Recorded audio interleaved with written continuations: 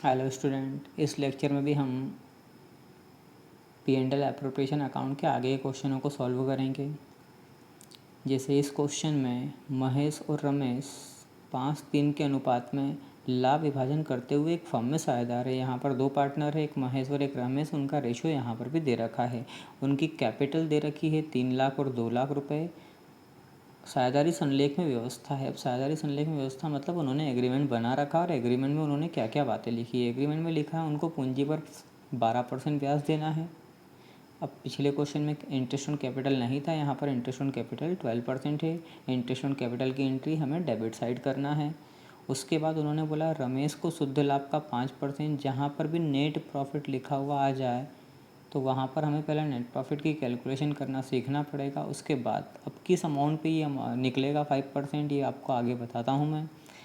वर्ष का लाभ 1,23,000, प्रॉफिट फिर वही बात करूँगा। प्रॉफिट को आपको क्रेडिट साइड लिखना है। अब इसके आगे आपको ध्यान से समझना है। सबसे पहले प्रॉफिट को हमने लिखा क्रेडिट साइड 1,23,000।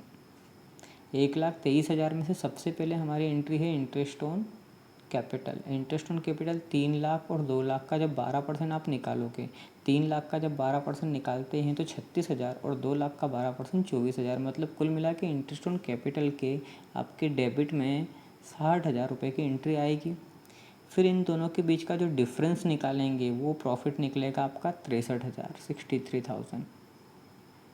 इस 63,000 का आपको 5% निकालना है, लेकिन 5/100 की जगह पर आपको 501 लिखना है। क्यों?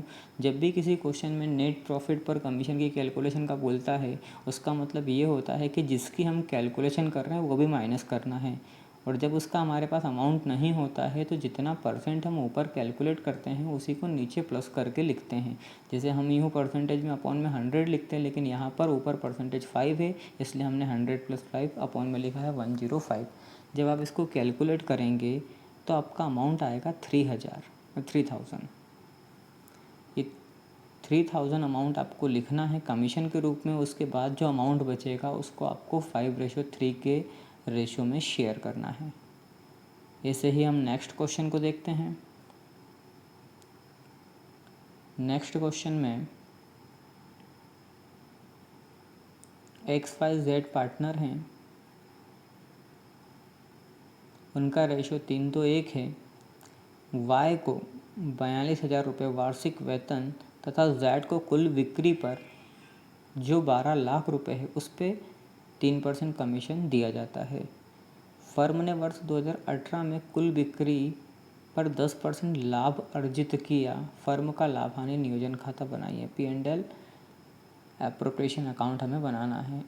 अभी तक अपन ने 5-6 सवाल देखे, उन सभी सवालों में प्रॉफिट क्वेश्चन में लिखा रहता था। यहाँ पर आपको देखना है प्रॉफिट कितना होगा। तो यहाँ पर आपको सेल जो दी है उसका उन्होंने बोला फर्म ने वर्ष 2018 कुल बिक्री पर 10%, कुल बिक्री 12 लाख, 12 लाख का 10% आप निकालेंगे तो प्रॉफिट हुआ आपका 1,20,000।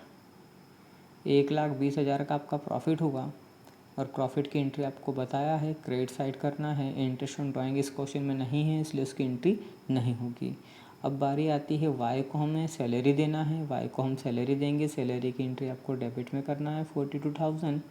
उसके बाद उसने बोला 3% कमीशन चाहिए जेड को, तो काय पे? टोटल सेल पे। टोटल सेल है 12 लाख, 12 लाख का 3% निकालेंगे आप तो आएगा 36,000। इसकी एंट्री भी आपको डेबिट में करनी है। 1,20,000 में से 42 और 36 कुल मिला के 78,000 माइनस होगा। उसके बाद जो अमाउंट बचेगा वो बचेगा 42,000, और 42,000 को आपको 3:1 के रेशो में बांटना है। तो 42,000 को जब 3:1 के रेशो में आप बांटेंगे तो 21, 14 और 7,000 रुपीज़ आ जाएंगे। इसके अलावा भी अगर आपको किसी भी क्वेश्चन में कोई प्रॉब्लम हो तो आप कमेंट बॉक्स में कमेंट कर सकते हैं। Thank you.